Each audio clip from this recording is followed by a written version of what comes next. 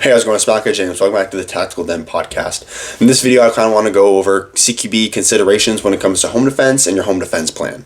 I see a lot of people talking about CQB when it comes to home defense, but I don't see a lot of people talking about the backings or the reasonings why they do what they do or they plan for what they plan for when it comes to CQB in their home defense considerations. So I thought we could go ahead and dive right into that.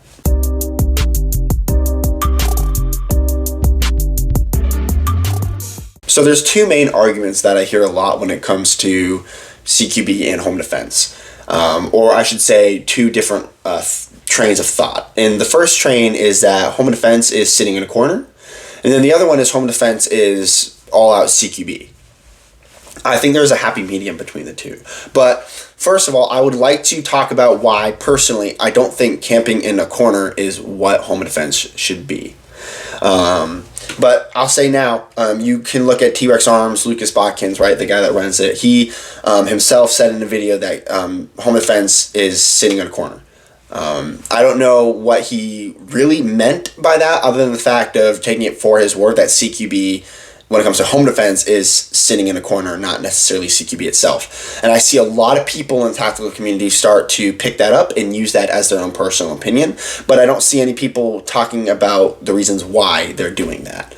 I'd like to hear reasons why people are doing that. If you guys have reasons why that is the way that you choose to do home defense, please let me know in the comments. I'd love to know because I just don't hear a lot of backing. I just hear a lot of, this is what I do and this is the right way to do it, but I don't hear why that's the right way to do it, and I don't hear the backing behind it being the right way to do it. So if you guys know why and you guys do it yourself and you guys have valid reasons why, please let me know in the comments. I'd love to hear them, and we can have that good discussion about it, right? Because that's what we're here to do.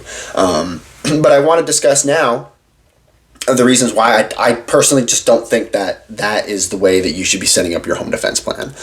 And here are some of the reasons, right?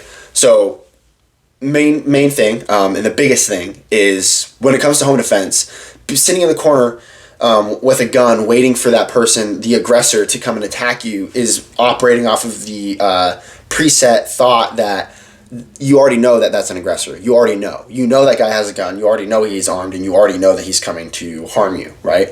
So if that's the case, then you must be living alone, which leads into my next point, right? But we'll touch on that in a second. So if you hear someone in the room, you already assume that they're a bad guy, so you take your gun and you sit in a corner. You're not going to know. You're really not going to know. So if you hear a bump in the night, and you are a armed citizen and you grab that gun that should be, close to you, you grab it and you're going to go figure out what that bump in the night is. You don't know if that is an actual threat or not. It could be something. Something could have fell. Something could have knocked something, and so you don't know. But you're going to grab that gun for safety, right? And I think that's when you start implementing that CQB. So you're going to start pieing those corners. You're going to start cutting those corners because you don't want to just walk right out and then have there actually be a bad guy there, but you don't know. So you're operating under unknowns. And when you're operating under unknowns, the last thing you want to do is sit in a corner. Because if they know that that's your room, or if they don't even know that that's your room, and you're sitting in a corner, I feel like you're a sitting duck, right? But again, now that brings it to the next point, okay? So just to reiterate that point, you hear a bump in the night, you don't know that it's a threat. So if you don't know it's a threat, you're going to go investigate. So how are you going to sit in a corner if you don't know if it's a threat or not? So you need to investigate. So if you're investigating, you need your gun. And if you need your gun, you need to know how to implement that in a CQB fashion. So therefore, CQB is the way that you do that, not sitting in a corner. Because sitting in the corner operates off the pretense that there's already a threat there, and you know that it's a threat, which you don't. So the next thing, right? So that moves on to the next point, right? If you hear a noise and you think that it's a bad guy, you think that it's a threat, that means that you most likely are living alone by yourself. So if you hear someone in the house, no one should be in the house. For individuals such as myself, where you have kids, you have a wife, you have a family, you hear something move, that could be one of your family members. That could be your kids. That could be something like that, right? So you don't know that it's a threat. So if you investigate, having that weapon with you, doing actual CQB is the way to go. But then to add to that, if you have a family, the last thing you want to do is sit in a corner, because it's your job to defend your family. So I'm not going to be in the corner with my family, My family's going to be somewhere in a corner of trying to find an exit while I go and I'm that line. I am the line between that aggressor and my family. And I can't be that line, that wall between the aggressor and my family if I'm sitting in a corner. So there's a big difference between sitting in a corner and posting up on a corner.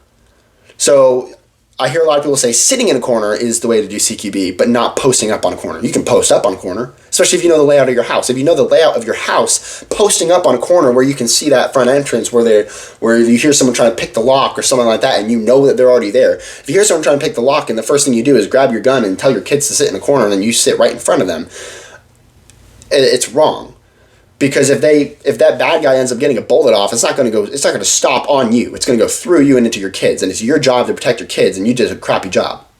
So I really do think that sitting in a corner is just not the way to do it. But again, this is off of me thinking that it's what it is, right? So saying that CQB is sitting in a corner when it comes to home defense. Home defense is sitting in a corner with a gun, right? That's what I'm operating off of, because that's what I hear. Okay, I don't hear any backing of the reasons why they do that, but I'm going off of just that in general, okay? So take everything that I say with a grain of salt, right? So if you have a family, it's, for me personally, I'm not going to really go into my whole home defense plan, but it's my kids and my wife, which my wife is armed.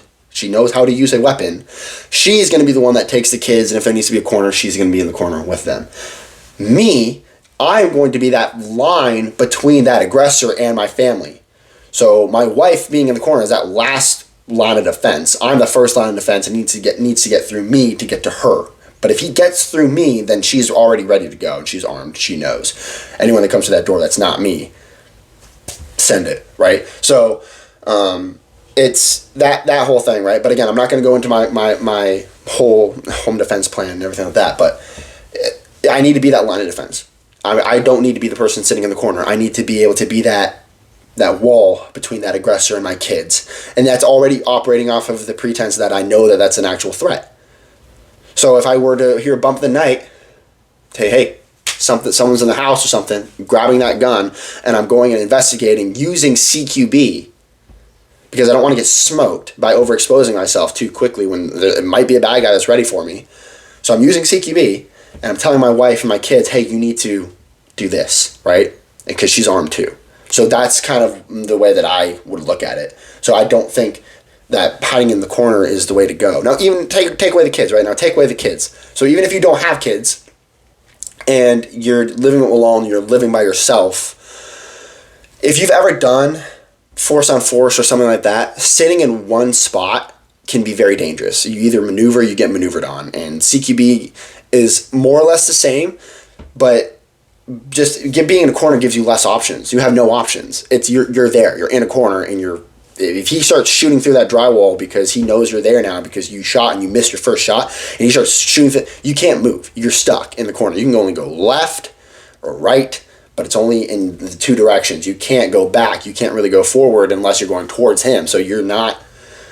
You don't really have anywhere really to go. You're kind of stuck. So I don't like that. I don't think that's a good thing.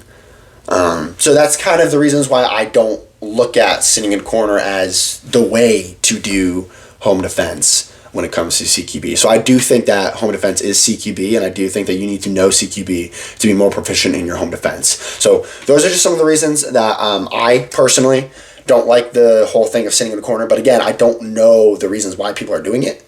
I haven't been explained. Hasn't been explained to me. So if you guys know why, or you guys do that yourself and you know why, go ahead and let me know in the comments. I'd love to hear it. I'd love to hear why. But just to reiterate, you hear a bump in the night, you're not going to know if it's a threat or not. It could be anything. So you're going to investigate. Human nature, you're going to go investigate. So if you go into investigate, get your gun. You're going to have your gun with you. So you're going to go investigate, but you need to know the CQB to be able to investigate safely, right? So now let's say that is a threat, and it is a threat. Well, now you need to know how to do your holds and get all that kind of stuff, like hey, holding up on a corner and stuff like, hey, I need you to get out of my house or stuff like that, okay? So it's not just sitting in a corner. And I get it too, like you don't want to be viewed as an aggressor, but if they're in your house and they are a threat and they have a gun, you need to do what you need to do to defend yourself and your family. And it all depends on what state you live in. Some places don't have a castle doctrine and stuff like that, so you should know your laws, especially when it comes to home defense, and base your home defense plan around your laws as well. But remember, you hear a bump in the night, you're not going to know if it's a threat or not, so you're going to investigate. You need to do it safely. And then 2, if you have a family, you don't want to be in the corner with your family. You need to be that first line of defense between that aggressor and your family, not hiding with them. So those are my 2 main reasons. Now, there are more, but I want to keep this short, and maybe I can touch on it on a little bit more of a podcast and stuff like that, so I can touch on it more on the podcast. So if you guys want to tune in there as well, we can talk about it a little bit more. And if you guys have comments, please comment it below. We can start a big discussion. Then I'll also read those on the podcast, and I'll also answer those on the podcast and talk about those as well. But those are kind of my thoughts on that whole thing, on those considerations. So I appreciate you guys for watching. Thank you so much for sticking around to the end. Please go ahead and like the video if you agree with anything that I've said, or even if you thought it was interesting, or even if you disagree and you want to leave a comment, please go ahead and do. I love hearing from you guys. Thank you so much for watching. Remember, we are one nation. Let's hold the line.